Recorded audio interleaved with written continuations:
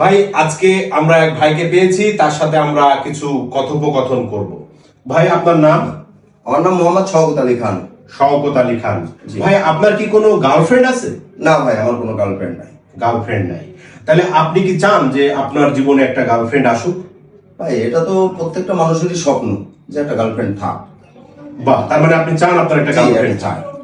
দেখুন, আমরা সবাই দোয়া করি যেন আমাদের এই শওকত ভাইয়ের খুব শীঘ্রই একটা গার্লফ্রেন্ড হয়।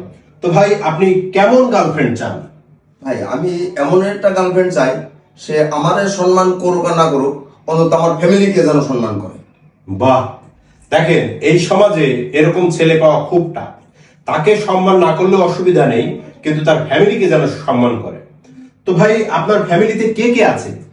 ভাই আমার 4টে বউ আছে, 5টা বাচ্চা কাচ্চা আছে।